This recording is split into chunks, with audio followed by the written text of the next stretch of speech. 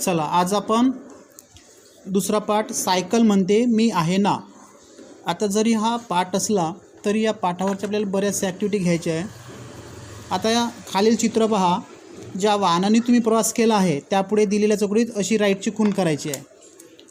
आता एखादी मुलगी कोणी असेल तर सायकलने गेली असेल, कधी कधी टांग्यानं गेले असेल, कधी बसनं गेले असेल, कधी रेल्वेनं गेले असेल, कधी ऑटो रिक्षानं गेले असेल, कधी टू व्हीलरनं गेले असेल, कधी नावेत बसून गेले का नदीत, कधी जहाजावर बसले का, कधी विमानात बसले. जिथं बसले असेल तिथे तुम्हाला टिक करायची आहे आणि त्याचा फोटो काढून तुम्हाला पाठवायचा आहे. त्याच्यानंतर हा पाठ आहे. इथं मुलगा मुलगी चित्र छानपैकी दाखवलेले आहे. इथं मांजर आहे, घर आहे त्यांचं, सायकल आहे. तर सायकल म्हणते मी आहे ना. सायकल त्यांच्याशी बोलून राहिली. तर हा जो पाठ आहे इथून वाचायचा पूर्ण. मी आहे सायकलपासून संपूर्ण हळूहळू वाचत यायचं. म्हणजे त्याला म्हणतात लक्षपूर्वक वाचन. तर पूर्ण वाचन करायचा पाठ.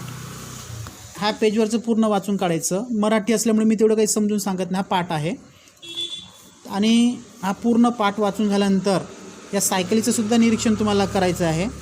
हे पूर्ण वाचायचं आहे. इथं आम्हाला कोणतं काम आहे शिक्षकांसाठी बघा. विद्यार्थ्यांच्या अनुभव विश्वातील वस्तूंवर आत्मकथनात्मक लेखन करण्यास विद्यार्थ्यांना प्रेरित करावे. म्हणजे हा पाठ वाचल्यानंतर मग तुम्हाला तुमच्या सायकल चालवण्याच्या संदर्भात जे जे अनुभव आले किंवा वेगवेगळ्या वस्तू तुम्ही वापरलेल्या आहेत त्या वस्तूला काय वाटते ते लिहायचं आहे. सायकलला जसं वाटते स्वतःबद्दल तशासारखं इतर वस्तूला काय वाटत असेल हे तुम्हाला लिहून काढायचं आहे. हा पाठ सोपी आहे, स्वतः वाचायचा. आणि याच्या पाठीमागे बघा स्वाध्याय दिलेले आहेत. प्रश्न पहिला आहे 4-5 वाक्यात उत्तरे लिहा. मुले सायकलचा वापर कशासाठी करतात हे तुम्हाला लिहिताच येते. आपल्या मतानं लिहायचं छानपैकी 4 ते 5 बुकामध्ये. मराठीसाठी एक बुक करा. दुसरा आहे सायकल चालवणारवाल्याला वेगळा व्यायाम करण्याची गरज पडणार नाही असे का म्हटले आहे. पुस्तकामध्येच याचे उत्तर दिलेले आहे. म्हणजे या पाठामध्ये, या पाठातच तुम्हाला शोधायचे आहे इथं ते आन्सर. दुसरीकडे शोधायची गरज नाही. त्यानंतर तिसरा प्रश्न आहे सायकलच्या रूपात कसा कसा बदल होत गेला. हे सुद्धा इथं पाठीमागे दिलेलं आहे. ते शोधायचं आणि लिहायचं. किती वाक्यात? 4 किंवा 5 वाक्यात लिहायचं आहे. त्यानंतर आन्सर जर एक ओळ सोडायची. प्रश्न दुसरा लिहायचा. तुमच्या शब्दात उत्तरे लिहा. तुमच्या शब्दात म्हणजे आपण आपली इमॅजिनेशन करायची, कल्पना करायची आणि उत्तर लिहायचे आहेत. पहिला प्रश्न काय? आठवड्यातून एक दिवस स्वतःचे वाहन न वापरता सार्वजनिक वाहनानेच प्रवास करायचा असे सर्वांनी ठरवले तर कोणकोणते फायदे होतील. म्हणजे स्वतःचे वाहन म्हणजे स्वतःच्या घरची टू व्हीलर न वापरता सार्वजनिक वाहनाने म्हणजे एसटीने प्रवास, बसने किंवा फोर व्हीलर दुसऱ्या कोणत्या असतील त्याने जर प्रवास केला तर त्याचे कोणते फायदे होतील तुमच्या मतात लिहायचे 2 ते 3 वाक्यामध्ये. जास्त नको. तुमच्या कुटुंबातील परिसरातील व्यक्तींनी सायकलचा वापर करावा यासाठी तुम्ही कोणकोणते प्रयत्न कराल. आता तुम्ही काय सांगू शकाल तुमच्या कुटुंबातील, तुमच्या बाबाला, तुमच्या भावाला, तुमच्या काका, मामा, मामी किंवा तुमचे शेजारी काका काकू असतील तर त्यांना सायकल चालवा बा. सायकलचे काय फायदे आहे तर तुम्ही काय समजून सांगाल, काय प्रयत्न कराल ते लिहायचं 2 ते 3 वाक्यामध्ये. ठीक आहे. आपल्या मतानं कसे लिहायचे पण प्रत्येकाने लिहायचे. प्रश्न तिसरा. खालील आकृतीत दिलेल्या मुद्द्यांप्रमाणे सायकल चालवण्याचे फायदे लिहा. आता बुकावरती असं लिहायचं. वैयक्तिक फायदे सर्कल करायचं, आतमध्ये लिहायचं. अशा 3 रेषा फाडायच्या आणि याच्यासमोर असा बाण द्यायचा.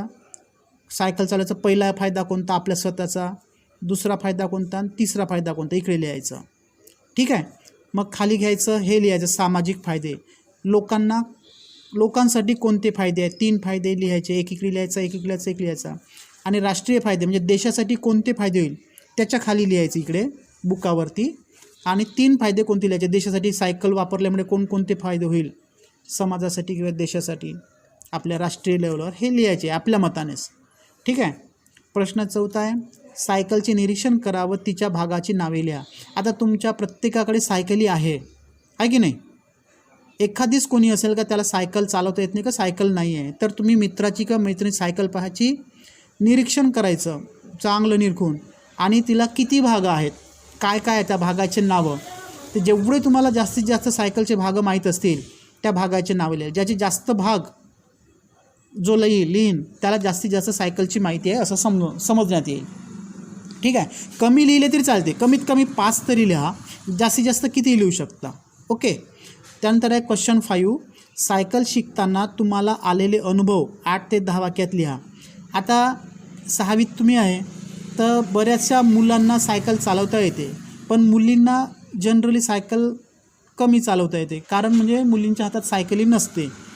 तरी पण तुम्ही 6वीच्या मुली बऱ्याच सायकल शिकलेल्या आहेत. जर ज्यांनी सायकल शिकलेली आहे तर शिकताना तुम्हाला काय अनुभव आला, तुम्ही किती वेळ पडले, तुम्हाला कोण धरून होतं, कसा पॅडल मारायचा, कसं काय, ह्या किती वाक्यात लिहायचं आहे? 8 ते 10 वाक्यात लिहायचं आहे.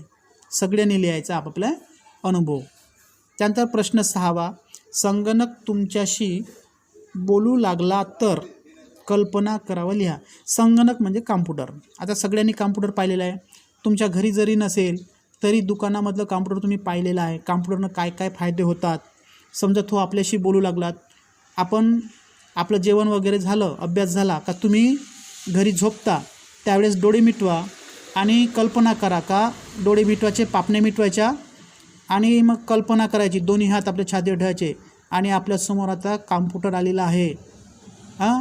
आणि कॉम्प्युटरला मस्त हात फुटलेले आहे, पाय फुटलेले आहे, त्याला तोंड आहे, त्याला डोळे आहे आणि तो आपल्याशी तर बोलून राहिलेला आहे, अशी कल्पना करायची आणि 8 ते 10 किंवा 15 तुम्हाला वाटते तेवढ्या ओळीमध्ये लिहायचं कल्पना करून. त्याला कल्पना विस्तार म्हणतात.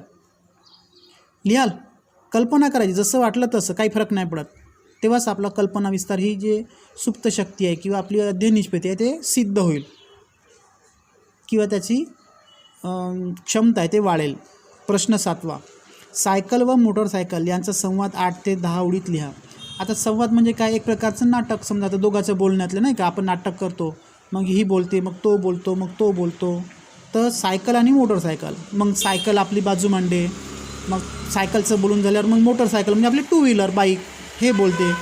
म्हणजे 4 संवाद सायकलचे येते आणि 4 संवाद मोटरसायकलचे. झालं 8 ते 10 ओळीमध्ये. लिहून पहा, म्हणजे तुमच्यातलं नाट्यलेखन जे आहे ही अध्ययन क्षमता डेव्हलप होईल, त्याच्यामुळे तुम्हाला फायदा होईल. प्रत्येकाने लिहून पहा आणि मला उद्या पाठवायचं आहे, आज नाही. खेळूया शब्दांशी. खालील शब्दाचे अर्थ समजून घ्या. प्रचार व प्रसार म्हणजे काय? एखाद्या गोष्टीचा प्रचार व प्रसार झाला म्हणजे काय झालं? त्या गोष्टीची प्रसिद्धी झाली. विश्वास व आत्मविश्वास. आता विश्वास आणि आत्मविश्वास. आता दुसऱ्या गोष्टीबद्दल आपल्याला जर खूप असं हे वाटलं की नाही बा ही गोष्ट खरी आहे, तर आपण त्याच्यावर विश्वास ठेवतो, तो झाला विश्वास. आत्मविश्वास म्हणजे एखादी गोष्ट आपल्याला स्वतःला करायची असेल तर नाही मी ही गोष्टी करीनच, किंवा मी हे पाढेपाठ करीनच, ही कविता पाठ करीनच, सरनं सांगितलेला अभ्यास करीनच, स्वतःशी जो विश्वास करतो तो झाला आत्मविश्वास. ठीक आहे. खालील वाक्प्रचारांचा वाक्यात उपयोग करा. आता रखडत चालणे. रखडत चालणे म्हणजे काय? अडखळत किंवा असं त्रास आल्यासारखं चालणे. मग लिहायचं तुम्हाला कसं वाटतं तुमच्या शब्दामध्ये. आता मी सांगितलं तर तुम्ही तेच लिहून ठेवाल. धडा शिकणे म्हणजे एखाद्या गोष्टीचा चांगल्या प्रकारे अनुभव येणे. जसं की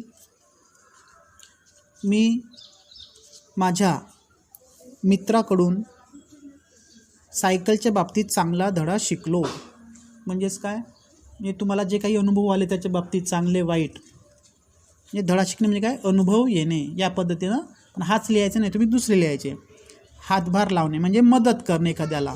आपला काकू काका, मावशी, मामा, नातलग कोणी, आपले मित्र, शेजारी नाही का, गरजू लोक, हे लोक एकमेकाला कसा हातभार लावतात म्हणजे एकमेकाला मदत करतात, सहकार्य करतात. त्याचा एक वाक्यात उपयोग तुम्हाला लिहायचा आहे. हे तुम्ही 5 वर्गात शिकलेलेच आहे. हलकी फुलकी म्हणजे खूप हलकी. तसे खालील शब्दांचे अर्थ लिहा. हलकी फुलकी म्हणजे काय? खूपच हलकी. कधी मधी म्हणजे खूप कमी वेळ. धामधूम म्हणजे खूपच मजेमध्ये. साधेसुधे म्हणजे खूपच एकदम साधे. अवतीभोवती म्हणजे आपल्या पूर्ण भोवताली, त्याला म्हणतात अवतीभोवती. फेरफटका म्हणजे थोडंफार फिरून येणे, कमी प्रमाणात. आणि आहे आड रस्ता. यासारखे आणखी शब्द लिहा. आड रस्ता म्हणजे ज्या ठिकाणी जास्त लोक जाणे येणे करत नाही, किंवा तो रस्ता बऱ्याच जणांना माहीत नाही, अशा रस्त्याला आडरस्ता म्हणतात. असे जर तुम्हाला माहीत असेल शब्द, तुमच्या आईला विचारा, बाबाला विचारा किंवा आजीला, आबाजीला, कोणालाही विचारा की जे शब्द आपल्या व्यवहारात की आपण जास्त बोलत नाही असे शब्द कोणते आहे ते. ठीक आहे, एवढंच मी होमवर्क करायचं आहे. प्रश्न 1 पासून तर प्रश्न ई पर्यंत. बस एवढंच आज मराठीचं. गणिताचा आज क्लास होणार नाही, लक्ष घ्या.